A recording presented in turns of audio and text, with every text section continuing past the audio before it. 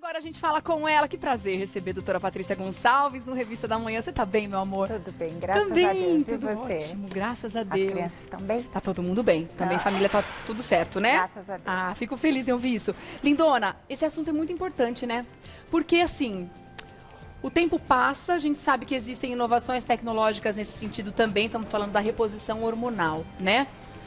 E mesmo assim, algumas mulheres ainda têm muitas dúvidas. Qual é o melhor tipo de reposição para fazer? Qual é a hora certa de começar? A hora certa de parar?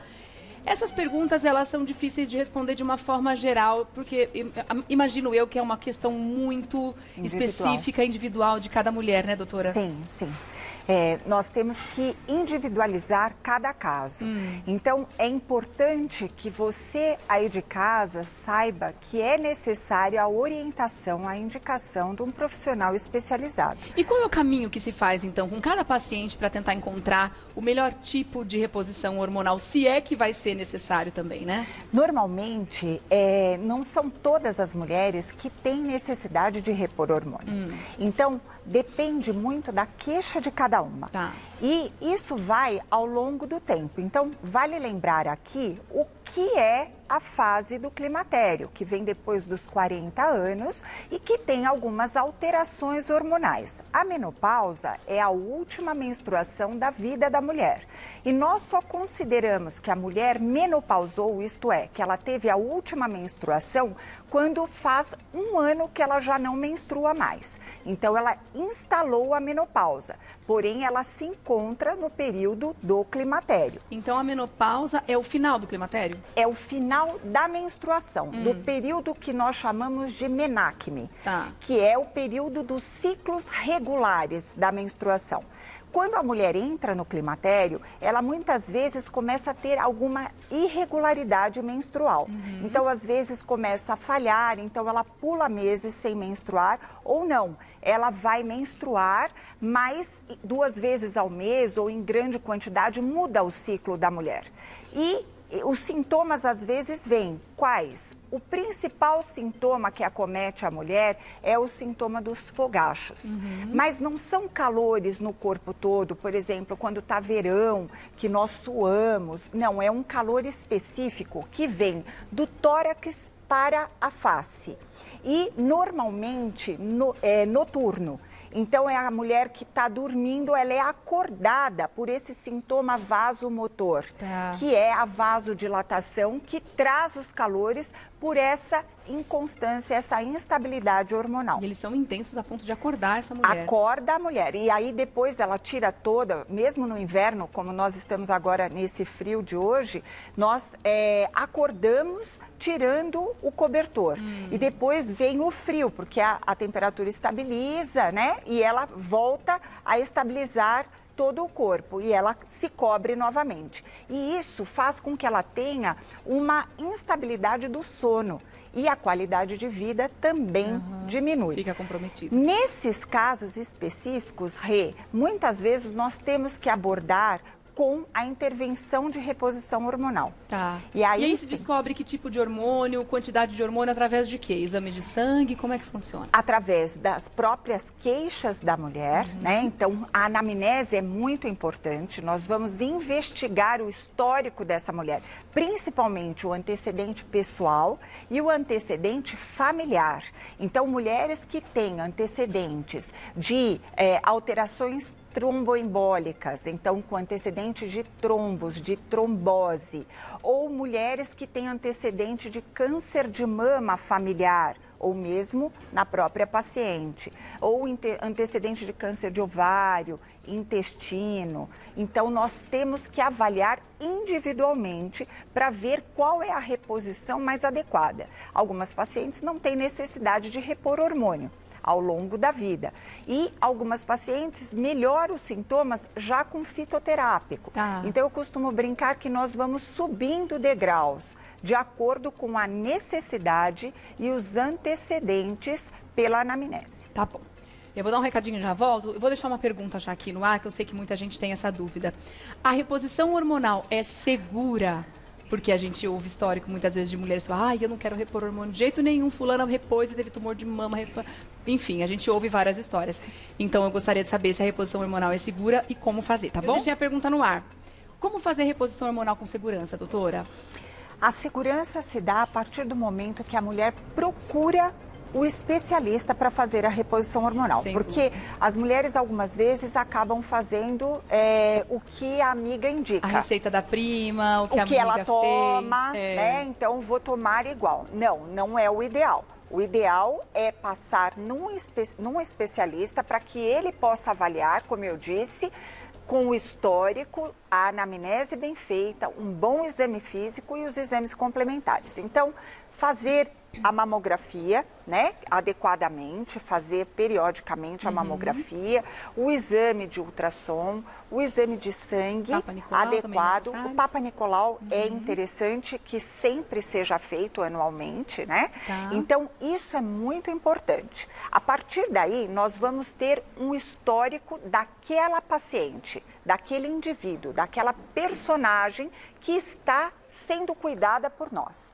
E a partir de então, nós vamos adequar qual é a melhor terapia de reposição hormonal. Seja por gel, que passa na pele e é absorvido, ou se tem que associar o gel a um comprimido para fazer os dois hormônios casados, que é o estrogênio e a progesterona, quando a mulher tem útero, para proteção do endométrio, que é a camada interna do útero. É importante sempre saber que existem casos que precisam ser a reposição hormonal combinada entre estrogênio e progesterona para a proteção da camada interna do útero, porque senão a mulher pode voltar a sangrar e ter outros problemas. Ou não, essa paciente então pode ser abordada somente pela terapia com fitoterápicos, também é possível. Que são os fitoestrógenos, que é o hormônio de soja. Então, a depender da resposta de cada paciente de acordo com a queixa que ela apresenta e o exame físico e os antecedentes pessoais e familiares, é que nós vamos adequar, sim, uma terapia de reposição hormonal segura. Porque, caso contrário, se for aleatório ou se for dar qualquer reposição hormonal genericamente para cada paciente, um grupo de pacientes, aí sim, sem saber os antecedentes, não é seguro. Aí não é seguro. Quer dizer, não é uma equação exata. Exato. Individualizado. Na medicina tem que ser sempre assim, né, doutora? Sempre avaliado caso a caso. Nós temos estudos estatísticos que nos levam à conclusão, né? Mas nós temos que individualizar cada caso e saber aonde nós estamos pondo a mão, saber aonde nós estamos caminhando, para nós caminharmos juntos. E se a paciente disser, olha, eu não me adaptei, então nós vamos reavaliar, reabordar, ou então estou ainda com sintomas de calores, mas nós vamos adaptar o que é adequado para ela. Tá certo. Existem, como você colocou, então, formas diferentes de repor esse hormônio, né? Gel, comprimidos e outros veículos também que vão ajudar nessa reposição. Implantes, né? Muitas vezes nós associamos... Tem um anel vaginal também. Nós associamos algumas vezes o DIU hormonal ao gel, porque o DIU já vai fazer a proteção, o DIU de hormônio já faz a proteção. Mas eu já estou na menopausa, já passei da menopausa, já tive a minha última menstruação. Então, eu não quero pôr o DIU, eu vou passar o gel, que é uma absorção que não passa pelo trato gastrointestinal, então não tem o metabolismo gástrico, hepático, fica mais fácil para ela não ter tantos sintomas, tantos transtornos, mas ela tem que repor, se ela tem o útero, com o comprimido de progesterona. Até esse histórico é interessante, né? É importante. O corpo, como ele funciona de uma forma geral, né? A resposta de cada um. Legal. Bom, tem perguntas da turma chegando para você. Vou deixar aqui uma pergunta no ar e vou dar um recadinho. Aqui, a Sandra. Não, a Lu primeiro. Quando a menstruação ocorre, ela está querendo dizer, então quando a menstruação ocorre mensalmente, a mulher ainda não está no climatério, mesmo com os 50 anos? A gente estava falando aquela hora, né, doutora, sobre o começo do climatério, né? E aí você comentou sobre quando a menstruação começa a ficar irregular, né? Ou faltando, ou vindo mais do que o normal. E aí a Lu perguntou, então quando a menstruação ocorre mensalmente, a mulher ainda não está no climatério, mesmo já tendo atingido 50 anos? Essa pergunta da Lu é muito interessante, porque 40 anos é a idade, em média, que a mulher entra no climatério, né? Então, a literatura médica mostra que após os 40 anos, a mulher já está num processo de climatério. Mas ela pode menstruar ao longo desses anos, até 50, 52 anos, e depois entrar na menopausa, isto é, depois ter a última menstruação. Então, o que é comum acontecer, Lu? Pode ser que a mulher entre na menopausa, tenha a última menstruação aos 45 anos. Mas pode ser que ela tenha lá pelos 52, 53 anos. Mas ela está ainda no período do climatério, que vai até mais ou menos 65 anos, 70, e depois ela entra na senilidade. Tem algumas perguntas relacionadas ao uso de anticoncepcional, principalmente aquelas pessoas que usam continuamente. Eu vou colocar aqui a pergunta da Sandra, mas imagino que já responde tantas outras. Se eu faço uso do anticoncepcional contínuo, estou atrasando a menopausa, é um tipo de reposição hormonal? Olha que interessante, Sandra, muito pertinente a sua pergunta, porque qual é o tipo de qual é o tipo de anticoncepção adequado na fase do climatério? Porque lembra, antigamente, né, na minha época, a gente dizia, eu escutava minha avó dizendo, ela engravidou na menopausa.